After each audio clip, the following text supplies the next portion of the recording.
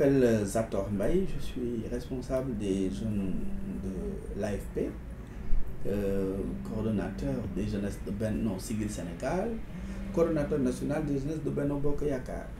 Comment se porte le parti au sein de la coalition Benno Bokk Yakaar et la coalition en tant que telle? Alors, l'AFP est un parti souverain, très jaloux de son identité. L'AFP reste un parti politique, souverain, indépendant. Ça, il faut le rappeler. L'AFP a été créée en 1999. On est aujourd'hui à pratiquement 18 ans d'existence politique. Et l'AFP a traversé plusieurs séquences, comme d'abord parti d'opposition, parti de la majorité, parti d'opposition encore, et nous revenons dans la majorité. Ce qui veut dire que l'AFP a une vie un peu sinusoïdale dans le fonctionnement de notre nation. Et un rôle que nous assumons pleinement. L'AFP reste l'un des partis politiques les plus structurés au Sénégal, les plus fonctionnels, qui a une vitalité qui n'est plus à démontrer. De plus en plus, nous essayons de jouer le rôle qui est le nôtre dans le fonctionnement du Sénégal. Aujourd'hui, nous sommes dans la majorité. Nous faisons notre job, qui est celui d'être dans les appareils de l'État, d'apporter notre modeste contribution au fonctionnement de l'État, mais aussi à trouver des solutions qui pourraient abréger les souffrances des Sénégalais. Nous ne sommes plus ce parti d'opposition, en tout cas pas pour le moment, qui était là à sortir des communiqués pour essayer justement de conseiller le gouvernement sur la place publique. C'était ça le rôle de l'AFP. Nous critiquions les politiques publiques qui étaient déroulées parce que justement nous n'étions pas aux affaires. Que personne ne s'attende à ce que l'AFP continue de le faire, continue de critiquer l'État parce que nous sommes partie prenante.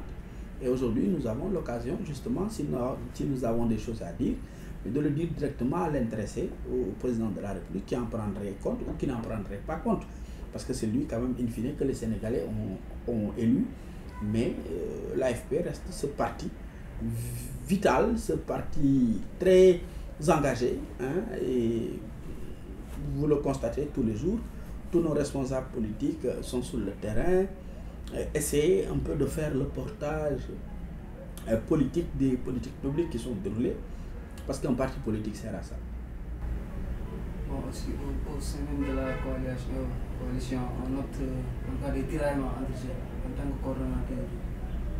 Qu'est-ce que vous faites en tout cas pour calmer cette... En fait, il n'y a pas de tiraillement dans la coalition, dans la structure des jeunes que je dirige. D'ailleurs, tout s'est fait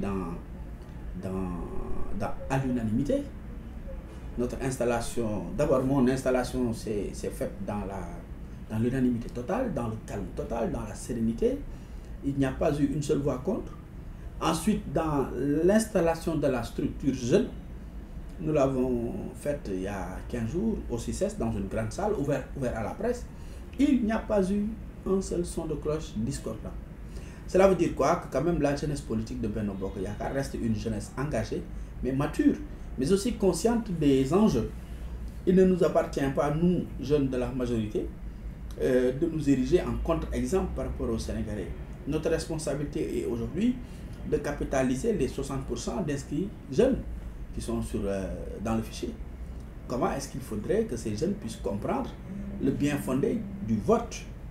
Nous voulons changer, ou alors essayer de changer la mentalité. Vous parlez plutôt des tensions qu'on note au sein de la COJER notamment, avec les deux camps. Vous savez, moi, vous faites quelque chose en tout cas pour...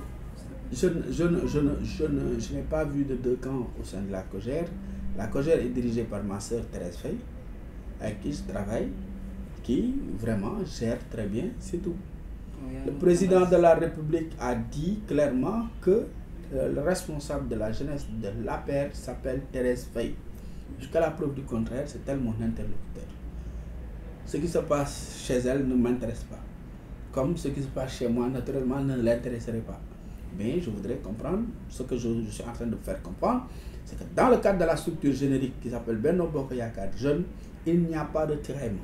Notre objectif est de travailler ensemble, de dérouler notre plan d'action que nous avons annoncé lors de la conférence de presse et d'aider justement le président de la République à être, en 2019, le candidat de toute la jeunesse sénégalaise.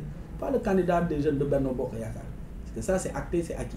Mais nous voulons, au-delà des jeunes de Benno Bokk Yakaar, qu'ils puissent être le candidat des ouvriers, des étudiants, des chômeurs, des mécaniciens, des maçons, etc., de tout le monde, que les gens trouvent en Macky Sall, au président Macky Sall, cet homme, ce made in Sénégal, parce qu'il faut le reconnaître, c'est un made in Sénégal qui a réussi aujourd'hui. Comment est-ce que nous autres jeunes, nous pouvons demain réussir? Et nous devons réussir. Il nous faut comprendre les enjeux du monde d'aujourd'hui et de nous battre pour réussir. La bataille de l'économie, la bataille de la réussite, de l'émergence du Sénégal est une bataille que les jeunes doivent gagner. Ce n'est pas le troisième âge qui doit gagner cette bataille, parce que le troisième âge a déjà fait son temps. S'il n'était pas là, ces adultes du troisième âge, le Sénégal ne serait sûrement pas un pays aujourd'hui que les gens apprécient bien. Bon, une dernière question, quelle appréciation faites-vous de la manifestation annoncée de Y'en a marre qui doit se tenir le 7? Vous savez, nous sommes en démocratie, hein? Ils sont libres de faire leur manifestation comme ils le consentent, comme ils le sentent, ou comme ils le pressentent même. Mais je pense que quand même, ce beau défilé d'hier devrait leur donner de la matière à réfléchir. Pour comprendre que quand même, le Sénégal est un grand pays. Le Sénégal est un pays aujourd'hui qui fait des pas importants pour justement avoir droit de citer dans le concert des nations développées. Et qu'ils comprennent justement que être jeune ne veut pas dire tirer sur tout ce qui bouge. Je crois que les jeunes devraient plutôt s'imprégner de ce qui se fait dans ce pays, sur le plan politique, le plan économique, sur le plan de la diplomatie, sur le plan social. Parce que le gouvernement quand même est en train de faire de très belles choses. On ne peut pas aujourd'hui signer un décret pour abréger la souffrance des Sénégalais. Si c'était possible, je suis sûr que le président Macky Sall l'aurait déjà fait. Par contre, nous pouvons, nous tous Sénégalais, particulièrement nous autres jeunes, nous engager dans ce combat pour l'émergence. Ce combat n'a d'autre nom que comment faire pour d'abord nous former, pour nous formater. Beaucoup de jeunes aujourd'hui n'ont pas de métier. Beaucoup de jeunes n'ont pas de formation. Comment essayer justement de capitaliser l'adéquation de la formation-emploi? Comment faire une formation qui permettra justement, une fois après l'avoir terminée, d'être productif? Comment changer la mentalité pour que les jeunes ne soient pas dans une posture de demandeurs d'emploi, mais qu'ils deviennent plutôt des chefs d'entreprise? Parce qu'il ne faut pas qu'on s'y méprenne. Le Sénégal depuis 1960 n'a pas 160 000 fonctionnaires, hein? Nous n'avons pas ça. Donc, ça veut dire quoi? Que l'État ne peut pas embaucher tout le monde.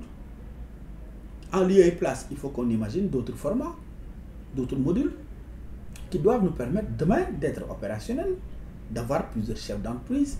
C'est ça qui a porté le développement des États-Unis. Bon, donc on dit qu'ils sont financés, en tout cas, ça cache derrière des politiques de cet âge. En tout cas, moi, je n'ai pas vu un financement teinté de politique. J'ai vu des gens, beaucoup de gens, j'en connais d'ailleurs, qui ont été financés, alors qu'ils ne méritent nulle part. Nulle part. J'en ai connu qui ont été financés parce qu'ils ont déposé des idées de projets. Je ne dis même pas des projets, des idées. Et les techniciens les ont aidés justement à faire des projets pour pouvoir après les porter sur la place publique. Vous êtes en phase avec la position du président. En tout cas, il a dit à la cause de ne pas riposter le jour 17. Ben, s'il l'a dit, oui, je crois que ce n'était pas nécessaire de faire une contre-manifestation. Nous sommes dans un pays de démocratie.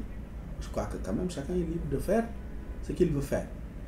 Mais la colère a sa liberté et son indépendance de pouvoir faire une manifestation le 7. Nous avons un territoire national très large. Hein? Non, le même jour, le faire le même jour. Oui, oui. Le Sénégal ne se limite pas à la place de l'Obélisque. Oui, mais moi je pense que quand même, il ne faut pas donner de l'importance à des gens qui n'ont pas cette importance-là. En essayant de faire un forcing sur le même lieu, la même heure, la même date, c'est peut-être donner de l'ampleur à leur manifestation. Je suis persuadé qu'ils ne réuniront pas 1000 personnes là. Ouais, parce qu'ils ne peuvent pas le faire. Nous les connaissons. Nous avons travaillé avec eux dans l'opposition. Et ils savent très bien quels sont ceux-là qui mobilisaient quand on était dans l'opposition. Donc, je crois qu'il faut leur laisser le libre choix. Hein. Si, bien sûr, il n'y a pas de trouble à l'ordre public, parce que ça, c'est du ressort du préfet qui apprécie. Hein. S'il n'y a pas de trouble à l'ordre public, oui. Mais maintenant, si le préfet décide d'annuler là où les manifestations, que les gens, quand même, essaient de se conformer à la décision de l'autorité administrative qui est compétente en la matière.